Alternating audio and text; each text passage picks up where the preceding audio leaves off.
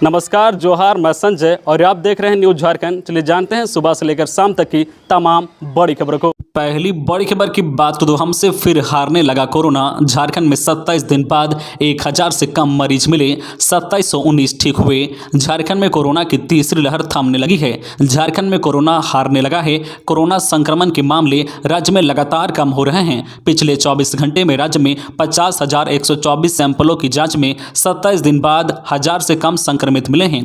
राज्य में अब कोरोना के 12,076 एक्टिव मरीज बचे हैं। वहीं राज्य में पिछले 24 घंटे में 892 पॉजिटिव केस आए हैं, जबकि ठीक होने वालों की संख्या इससे काफी ज्यादा रही है। राज्य में 2719 संक्रमितों ने कोरोना को मात दी है। इधर कोरोना से 3 जिलों में 5 लोगों की मौत हुई है। मरने वालों में पूर्वी सिंहभूम से 3, धनबाद से 1 और गुमला से 1 शामिल हैं। वहीं सर्वाधिक 248 संक्रमित पूर्वी सिंहभूम में मिले हैं, जबकि सिमडेगा में 127 व रांची में 108 समेत विभिन्न जिलों में लोग संक्रमित मिले हैं। सबसे ज्यादा 1361 लोग रांची से स्वस्थ हुए हैं। अगली बड़ी खबर की बात करें, स्कूल खोलने के मुद्दे पर विचार गोष्ठी 30 को।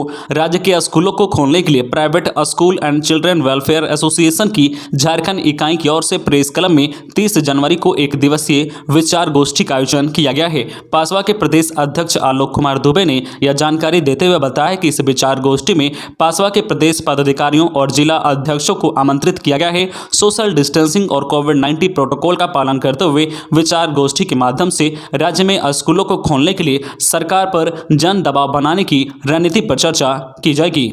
अगली बड़ी खबर की बात तो धूप निकलने के साथ ही रांची में बढ़ी कनकनी। जाने झारखंड में कैसा रहेगा मौसम का हाल। झारखंड की राजधानी रांची में करीब एक सप्ताह के बाद मौसम साफ हुआ और धूप खिली, लेकिन सुनहरी धूप के बीच ठंडी हवाओं ने कनकनी बढ़ा दी है। शाम के बाद भी पारा 2 डिग्री तक नीचे गिरा। अभी अगले 3 दिनों तक कोल्ड वेव का असर देखने को मिलेगा। इस कोल्ड वेव से बचने की हिदायत मौसम वैज्ञानिकों ने दी है। अगले 3 दिनों तक हमें ठंड का असर देखने को मिलेगा। खासकर राजधानी रांची में न्यूनतम तापमान में लगातार गिरावट देखने को मिल रहा है। उत्तरी व मध्य हिस्सों यानी रांची, बोकारो, गुमला, हजारीबाग, खूंटी, रामगढ़, धनबाद, दुमका, गिरिडीह, जामताड़ा, पाकुड़ व साहिबगंज में कोल्ड वेव का असर सामान्य से कम देखने को मिलेगा, जबकि दक्षिणी हिस्से यानी पलामू, गढ़वा, चतरा, कोडरमा, लातेहार और लोहरदगा में कोल्ड वेव का असर देखने को मिलेगा। अगले 2 से 3 दिनों तक तापमान में भी गिरावट के संकेत दिए हैं। अगली बड़ी खबर की बात करें, प्रतिरोध दिवस के दौरान भाकपा माओवादियों को विस्फोटक सप्लाई करने वाले 3 नक्सली गिरफ्तार। नक्सलियों के प्रतिरोध दिवस के दौरान 2 बड़ी घटनाओं को अंजाम देने और फिर बिहार झारखंड बंद के पहले ही दिन रेलवे पटरी को विस्फोट कर उड़ाए जाने के मामले में झारखंड के गिरिडीह पुलिस को अहम सफलता हाथ लगी है। पुलिस ने नक्सलियों तक विस्फोटक पदार्थ की आपूर्ति करने वाले 3 नक्सलियों को गिरफ्तार किया है। इन्होंने बताया कि भाकपा माओवादियों के प्रतिरोध दिवस के दौरान जो भी घटनाएं हुई हैं, उसमें इन्हीं लोगों के द्वारा विस्फोटक पदार्थ की आपूर्ति की गई थी। इस आशय की जानकारी डुमरी एसडीपीओ मनोज कुमार, डीएसपी संजय राणा और साइबर डीएसपी संदीप कुमार समदर्शी ने संयुक्त रूप से पुलिस लाइन में प्रेस वार्ता कर दी है। अगली बड़ी खबर की बात करें, झारखंड के सभी जिलों में खुलेगा दारुल कजा।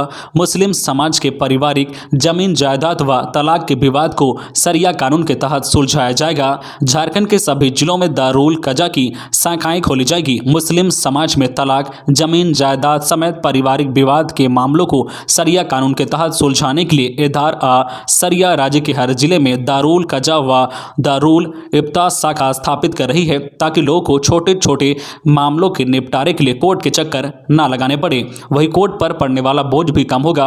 अभी तक जमशेदपुर, रांची, धनबाद, दुमका, हजारीबाग, कोडरमा, लोहरदगा, साहिबगंज और बोकारो में शाखा है। वही मार्च 2022 तक डाल्टनगंज, गोड्डा, मधुपुर और जामताड़ा में शाखाएं खोली जाएंगी।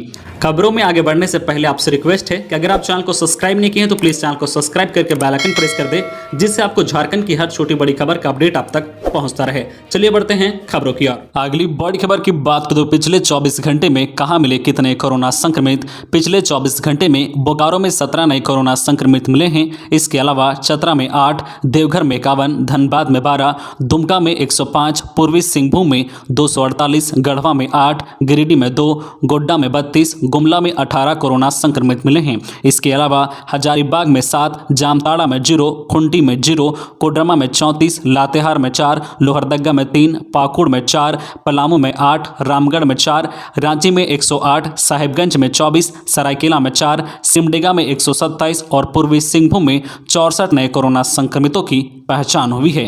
अगली बड़ी खबर की बात करें तो हजारीबाग के छाड़वा डैम में 100 मिलने से सनसनी। मॉर्निंग वॉक करने गए ग्रामीणों ने देखा 100, जांच में जुटी पुलिस। हजारीबाग के कटकमसांडी पेलावल ओपी थाना क्षेत्र के छाड़वा डैम में अज्ञात 100 मिलने से इलाके में सनसनी फैल गई है। शुक्रवार की सुबह डैम की ओर मॉर्निंग वॉक करने गए ग्रामीणों ने छाड़वा डैम के पुराना पुल के पास पानी में 100 को देखा।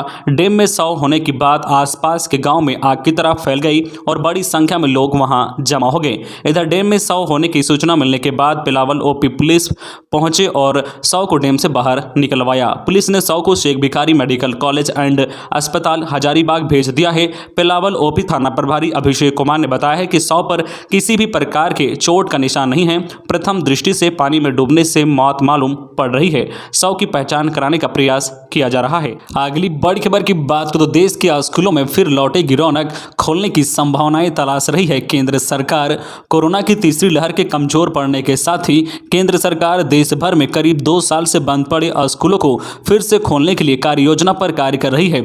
संभावना है कि कोरोना नियमों को ध्यान में रखते हुए स्कूलों को फिर से खोला जाए ताकि कक्षाओं में छात्रों की पढ़ाई फिर से शुरू हो सके। केंद्रीय स्वास्थ्य मंत्रालय के उच्च पदस्थ सूत्रों ने यह जानकारी दी है। बता दें कि महाराष्ट्र में स्कूल खुल चुके हैं जबकि कई राज्यों में स्कूल खुलने की कयावत चल रही है। सरकारी सूत्रों ने कहा है कि कोरोना की तीसरी लहर के आंकड़ों का विश्लेषण किया गया है तथा पाया गया है कि बच्चों में इसका घातक प्रभाव नगण्य रहा है, जबकि स्कूलों के लगातार बंद रहने से बच्चों की सीखने की क्षमता प्रभावित होने तथा बच्चों में मानसिक अवसाद बढ़ने के संकेत लगातार आ रहे हैं। ऐसे में अब स्कूलों को चरणबद्ध तरीके से खोलने के लिए प्रयास किया जा रहा है। अगली बड़ी खबर की बात करें तो झारखंड में जल्द दौड़ेगी इलेक्ट्रिक बस से। रांची नगर निगम खरीदेगा 200 बस, टिकट भी मिलेगा डिजिटल। राजधानी के किस रूट में कितनी बसों की जरूरत है, इसके लिए नगर निगम शीघ्र सर्वे कराएगा। बसों के परिचालन की रूट मैपिंग की जाएगी ताकि क्षेत्र के हिसाब से यात्रियों की संख्या का आकलन किया जा सके। सर्वे के बाद निगम 200 इलेक्ट्रिक बसों की खरीद करेगा। इसे राजधानी के विभिन्न रूटों पर चलाया जाएगा। राजधानी में फिलहाल 25 से 30 बसों का परिचालन हो रहा है।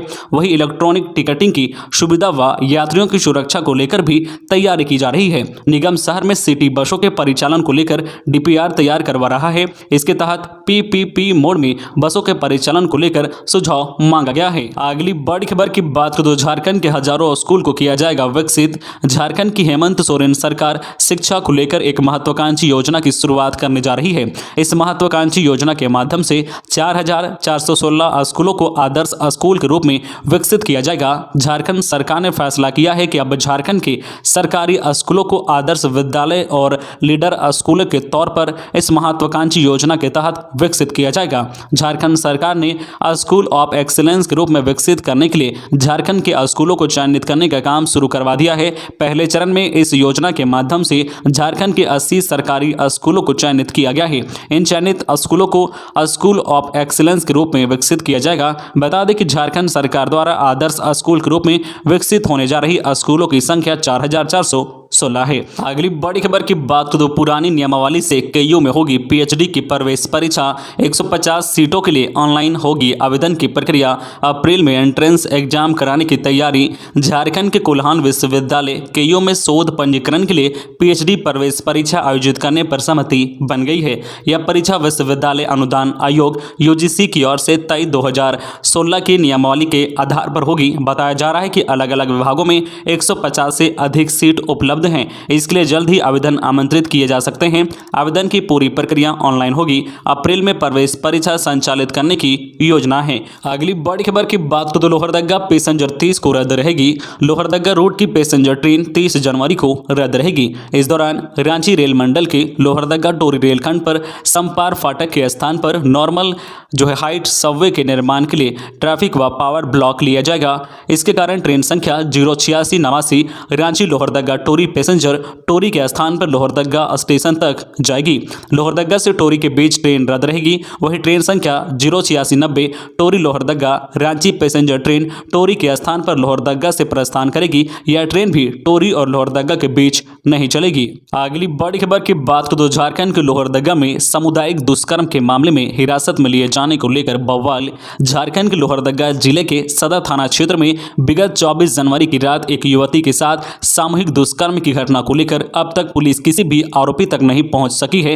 हालांकि पुलिस की ओर से इस मामले में अब तक 1 दर्जन से ज्यादा संदिग्ध लोगों को हिरासत में लेकर उनसे पूछताछ की गई है। सदर थाना क्षेत्र के जिस इलाके में यह घटना हुई है उस इलाके के कुछ युवकों को पुलिस ने हिरासत में लेकर पूछताछ की है। इस बात की जानकारी जैसे ही ग्रामीणों को हुई, समुदाय विशेष के लोग महिला थाना पहुंच गए, जहां पर उन्होंने हिरासत में लिए गए युवकों को निर्दोष बताते हुए उन्हें तत्काल छोड़े जाने और उनके साथ मारपीट नहीं किए जाने की मांग की।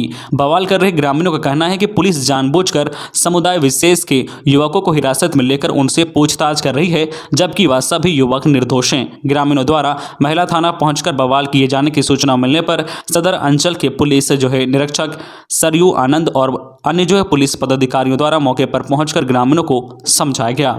अगली बड़ी खबर की बात करें तो खनिजों की मूल्य आधारित रॉयल्टी 20 निर्धारित करे। झारखंड सरकार ने केंद्रीय बजट 2022-23 के लिए राज्य की जरूरतों के अनुसार अपनी मांगे और सुझाव केंद्रीय वित्त मंत्री को भेजा है।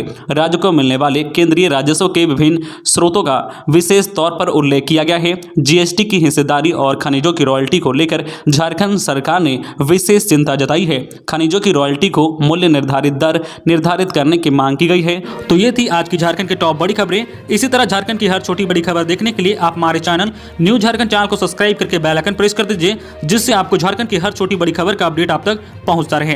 तो आज के लिए बस इतना ही, हमें दीजिए इजाजत, फिर मिलते हैं नेक्स्ट न्यूज में।